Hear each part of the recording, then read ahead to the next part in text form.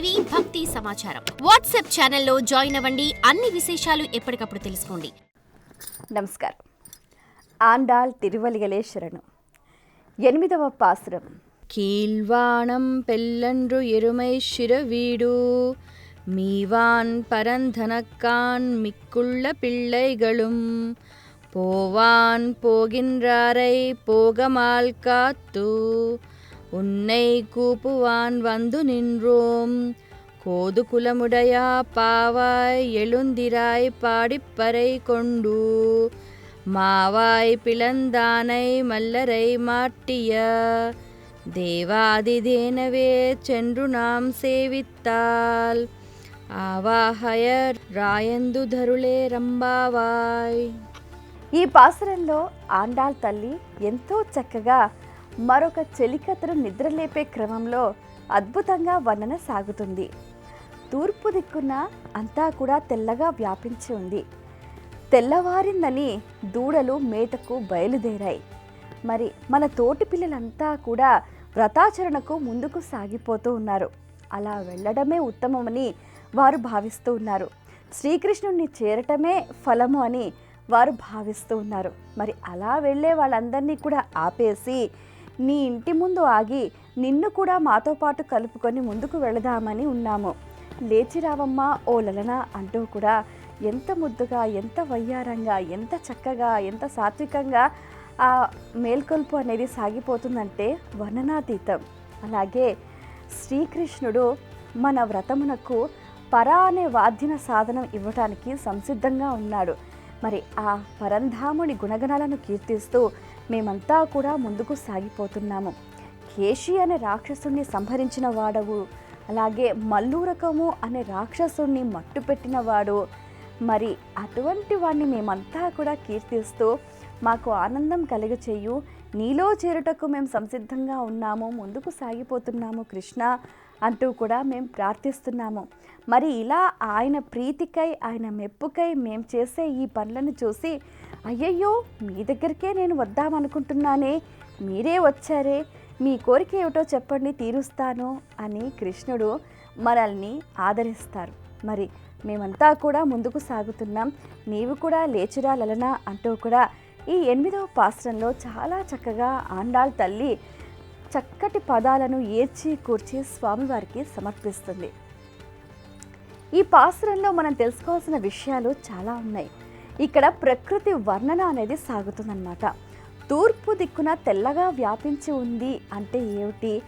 దేవతలు అంతా కూడా పయనించే మార్గం తూర్పు వైపుగా ఉంటుంది.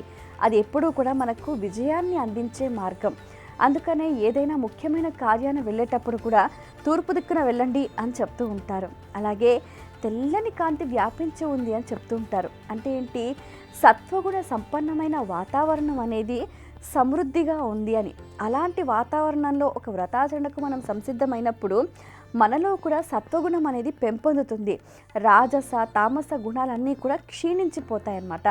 అలాగే మనలో ఉన్న సత్వగుణం పెంపొందించుకోవటానికి వాతావరణ వర్ణన అనేది ఇందులో సాగుతుంది. అలాగే ఇప్పుడు ఏదైనా ఒక వ్రతం చేస్తున్నారనుకోండి, అయితే ఎలా ఉంటుంది వాతావరణం, మనకు అనుకూలంగా ఉందా లేదా కూడా చూసుకుంటారు కదా. అలాగే తెల్లవారింది, దూడలన్నీ కూడా మేతకు బయలుదేరిపోయినాయి అంటే ఇంకా నువ్వు నిద్రపోతూనే ఉన్నావు, అందరూ ఎవరి పనులలో వాళ్ళు నిమగ్నులు అవుతున్నారు, తొందరగా లేచిరా లలన అంటూ కూడా సాగిపోతూ ఉంటుందన్నమాట. అలాగే మన తోటి పిల్లలంతా కూడా ఈ వ్రతానికి ముందుకెళ్ళిపోతున్నారు. మరి తోటి వారంతా ఏం చేస్తే మరి వాళ్ళతో పాటు మనం కూడా వెళ్ళాలి కదా. మరి వాళ్ళు ఎటువైపు వెళ్తున్నారు? శ్రీకృష్ణుని చేరటానికి. ఆ చేరటమే ఫలము అని వారు భావిస్తున్నారు. మరి ఆ ఫలాన్ని మీరు కూడా అందుకోవాలి కదా. మనం కూడా మన జీవన గమనంలో మనం చేరుకోవాల్సిన లక్ష్యం ఏంటి? ఇప్పుడు గుంపులో గోవింద, నలుగురితో నారాయణ అని అంటూ ఉంటారు. ఎప్పుడైనా కూడా సామూహికంగా చేసేదానికి ఎక్కువ ఫలితం ఉంటుంది. ఇప్పుడు ఒక్కరుగా చేసేదానికి ఒక్క ఫలితమే ఉంటుంది. సామూహికంగా చేస్తే ఒక నలుగురు భాగవతోత్తములు కలిశారు అని అంటే వారితో మనం కూడా కలిసామంటే వాళ్ళ ఎనర్జీస్, వాళ్ళ పుణ్యంతో పాటు మన పుణ్యం కూడా కలుస్తుంది. అంటే ఇప్పుడు ఒక్కరు నలుగురితో కలిశారు అని అంటే 5గురు పుణ్యం కూడా మీకు వస్తుందన్నమాట. ఆ నలుగురు గుణగణాలకు కూడా మనకు ఆపాదించబడతాయి అన్నమాట. అందుకనే ఏదైనా కూడా సామూహికంగా చేసే కార్యక్రమానికి ఫలితం ఎక్కువ అని మన పెద్దలు చెప్తూ ఉంటారు. అలాగే ఇందులో కేశి అనే రాక్షసుని సంహరించిన వారు కృష్ణుడు అని చెప్తూ ఉంటారు. ఇక్కడ కేశి అంటే ఎవరు అని అంటే అశ్వరూపి అయిన రాక్షసుడు అన్నమాట. అంటే ఏంటి ఇక్కడ అశ్వరూపి రాక్షసుడు అని అంటే ఈ అశ్వం దేనికి సంకేతము? అహంకారానికి సంకేతము. అంటే ఏంటి? ఈ వ్రతాచరణ వల్ల ప్రతి ఒక్కరిలో నిగూఢంగా ఉన్న అహంకారాన్ని అంతం చేసేవాడు శ్రీకృష్ణుడు అని చెప్తూ ఉంటారు. అలాగే మల్లూరకును మట్టుబెట్టినవాడు అని చెప్తూ ఉంటారు. ఇక్కడ వీళ్ళంతా ఎవరు అని అంటే కామ క్రోధానికి ప్రతినిధులుగా ఉన్నవారు అన్నమాట. అంటే ఏంటి? ఆ రాక్షసుల్ని చంపాడు అని అంటే అటువంటి గుణాలను సంహరించిన వాడు శ్రీకృష్ణుడు అని చెప్తూ ఉంటారు. కాబట్టి ఏంటంటే ఇక్కడ మనం అర్థం చేసుకోవాల్సిన విషయం ఏంటంటే ప్రతి ఒక్కరిలో నిగూఢంగా దాగి ఉన్న రాక్షస గుణాలు, ఉండకూడని స్వభావాలు అన్నిటినీ కూడా తాను తుడిచిపెట్టేసి మనలో సత్వగుణ సంపన్నం అనేది పెంపొందించడానికి శ్రీకృష్ణుని ఆరాధనకు సాధనమైనట్టి పర అనేది మనకు ఆ స్వామి అనుగ్రహిస్తాడు. మనం ఏంటి? మనం ఒక్క అడుగు ముందుకు వెయ్యాలి, స్వామి 10 అడుగులు మన వైపు వేస్తాడు అన్నదానికి ప్రత్యక్ష నిదర్శనంగా వారంతా అంటుంటారు. స్వామివారి ప్రీతికై, స్వామి మెప్పుకై మనం చేసే పనులు చూసి స్వామి అంటాడు, అయ్యయ్యో నేనే మీ దగ్గరికి వచ్చేవాడిని, మీరే నా దగ్గరికి వచ్చారా, చెప్పండి మీకేం కావాలో అని అంటాడు అని. అంటే వీళ్ళకి ఎంత నమ్మకం! ఆ నమ్మకం ఎక్కడ కలిగింది, ఎలా కలిగింది అని అంటే గజేంద్ర మోక్షంలో కూడా మీరు గమనించండి. ముందుగా తనని తాను రక్షించుకోవడానికి ప్రయత్నం చేస్తాడు, కానీ లాభం లేదు. ఇంకా ఏమీ చెయ్యలేను అనుకొని గోవిందా అంటాడు. పరుగున వైకుంఠం నుంచి దిగొచ్చాడు స్వామివారు. అలాగే మనకు ద్రౌపది వస్త్రాపహరణ సందర్భంలో కూడా అన్నా రక్షించు అనగానే వస్త్రాలను అందించాడు.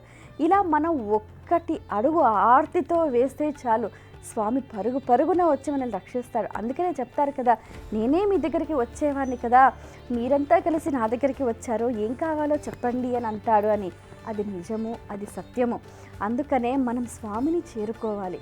ఓ 4 అడుగులు వేస్తే స్వామి మనకు ఇహంలో పరంలో మనకి ఏవి కావాలో అవి మనకు పరిపూర్ణంగా అందిస్తాడు అన్నది ఈ పాసురంలోని సారాంశం. స్వస్తి. For more videos like this, subscribe Big TV channel.